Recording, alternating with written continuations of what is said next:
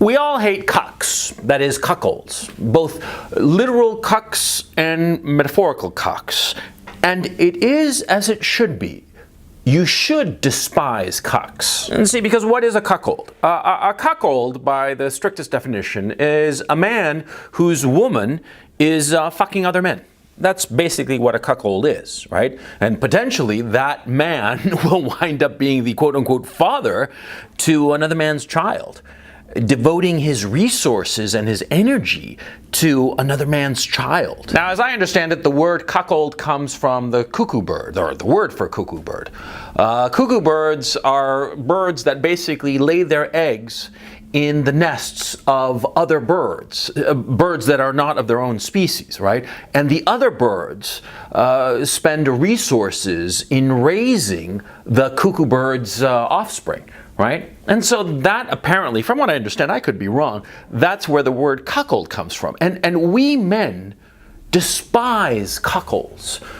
We despise them, we look down upon them, we fling the word as an insult, even towards men who are not technically cuckolds, but when we see a weakling or somebody that we despise, we fling that word at them. And like I said, we should do so.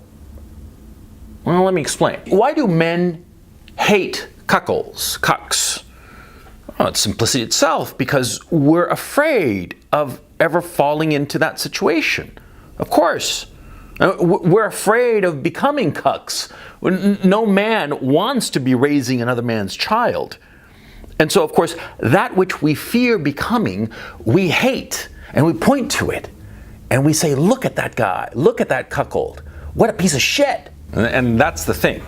That's the important part, the important bit about hating cucks. See, the fact is that you grow to hate a cuck and despise him because you're afraid of becoming one yourself. And this is a powerful mechanism in human emotions, because it doesn't apply just to cuckoldry. It applies to a whole host of emotions. Because you see, here's the key thing about being a cuck. It's easy to become one.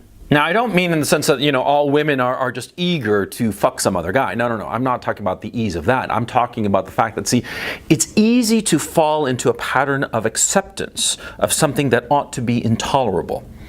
It's easy, as I said in the last video, for a man to sort of try to explain to himself why being a cuck is really his own fault, right? Or how to explain it away and just sort of just let it slide, as opposed to making a stand. It's easy to take the easy path being, of course, acceptance. Because, see, not accepting cuckoldry, not allowing yourself to fall into that, well, that takes effort. You have to make the effort. You have to set a line and live by that line, and be willing to make the sacrifices to uphold that line. If you decide or you figure that being a cuckold is something that is unacceptable to you, it is a line, a bright red line that you are unwilling to cross, well, when a woman, if and when a woman crosses it in your life, you have to be willing to carry out the implied threat. The implied threat being, of course, leaving that woman, throwing away the life you've built with that woman, and moving on with your life without her, without the woman who cuckolded you. You see? And so that's why you're going to find that in so many cases, see, men will mock something and vilify it because we are all collectively afraid of being that. It's not just cuckoldry, of course. It's, for instance, cowardice.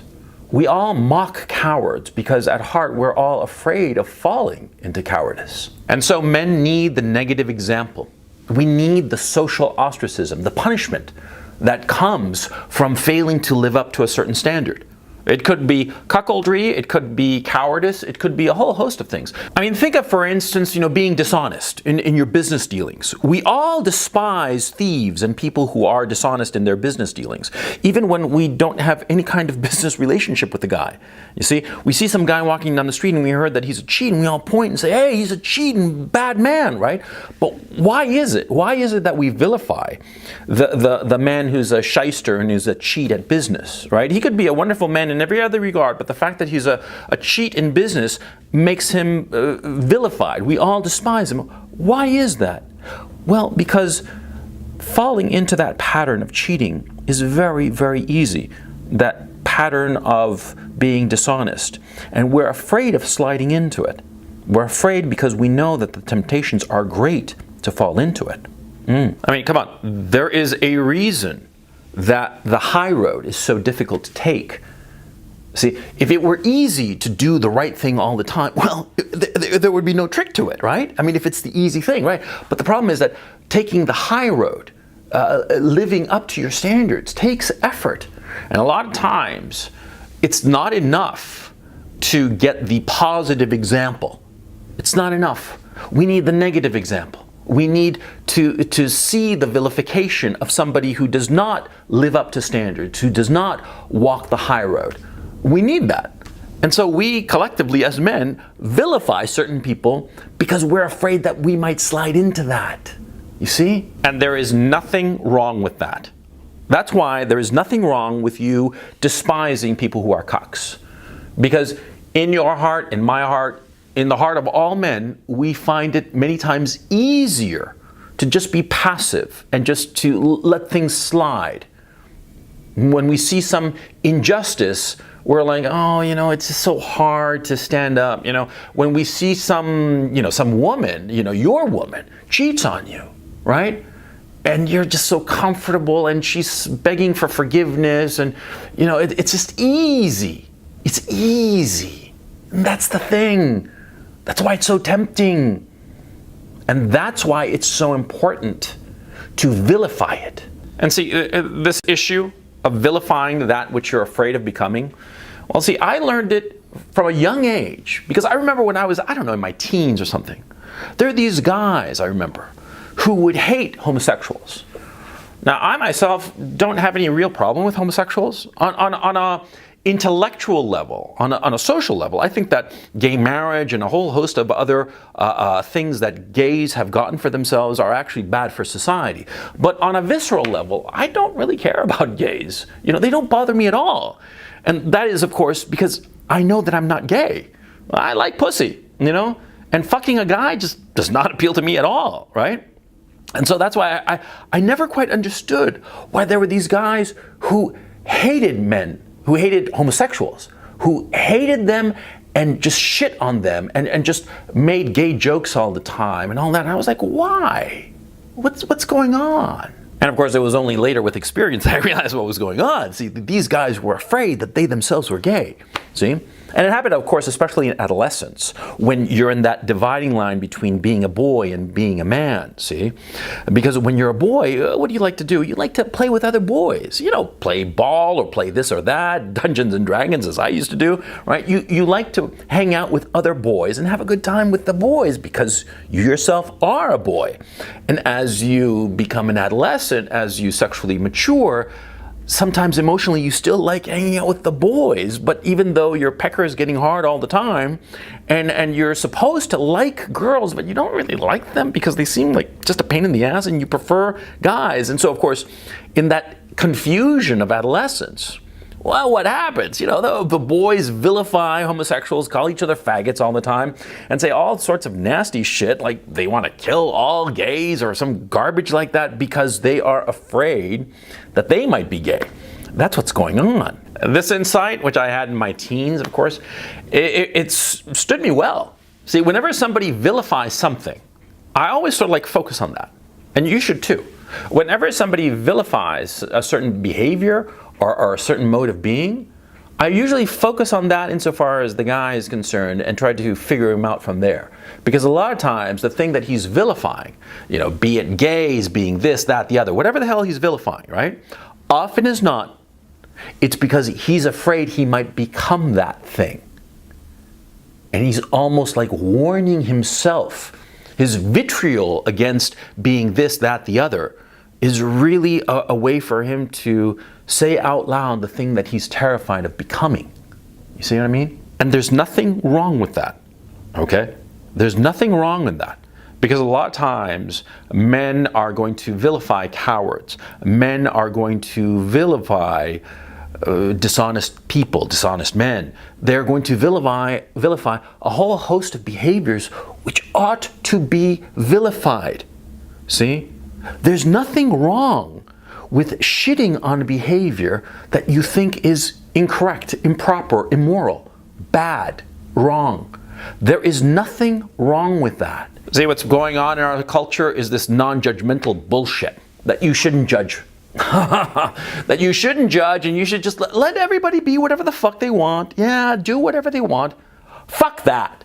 Fuck that. No. There is behavior that is despicable. There is behavior that, while not maybe illegal, is immoral because it lowers the standards for everyone. You have to draw the line. And if you feel that, say, a cuck is just somebody despicable, say it. Say it loudly and proudly, because it is a despicable attitude. Being a cuck is not immoral in the sense of it being illegal, right? There is no prison sentence for being a cuck. But you should despise it because it is a weakness. It is a weakness that lowers our standards. Am I saying that you should do something to cucks? I mean, something like, I don't know, like beat them up or some shit like that, right? Because you hate them? Of course not. I'm not saying that you should act on your vilification of somebody. I'm not saying that you should act on your hatred, for instance, of cucks, your hatred of dishonest people. Of course not. That's not your place. It's not your place to act on those behaviors. And in point of fact, as I have said repeatedly, the difference between a man and every other creature on this earth is that a man can control his emotions. Hatred, despising somebody or something or some group of people because of a certain behavior, yeah, that's an emotion. Yeah, sure. I'm not in favor of acting on those emotions. No. But what I am saying is that the emotion you feel is, number one, justified. Number two, healthy. And number three, can help you maintain standards. Standards for yourself. See, because do you want to be a cuck? Do you want to be a man who allows his woman to cheat on him? Or do you want to be a coward? Yeah. Do you want to be in a situation where your brothers in arms in some battle, depend on you, and when the shit starts getting heavy and the bullets are whizzing in, you run away? Do you want to be that? Do you want to be a man who cheats his business partners? Huh? Do you want to be that man who sees an opportunity to enrich himself illicitly, to the detriment of others, and just do it? Do you want to be that man? Because if you do, then don't hate anybody. Don't judge anything bad. No, just let it slide. Let it all slide, okay? And if somebody else is a cuck, if somebody else is a cheat, if somebody else is a coward, no judgment, let it slide. But if you don't want to be such a man, if you want to be a man in full, if you want to be a man with standards, then you have to choose the qualities that are important to you and vilify those who do not live up to those standards. It's perfectly legitimate. In our current culture, this non-judgmental bullshit, it seems as if everybody's like, afraid of making a moral standard and taking a moral stance. Don't be like that. Take a moral stance. Have moral standards. Don't be afraid of looking down at other men, other individual men or other groups of men, looking down at them and saying their behavior is despicable, and I think little or nothing of them because of their behavior. There is nothing wrong with taking such a stance because, number one, it is making a standard that others should live up to, and much more importantly, it becomes a standard that you have to live up to.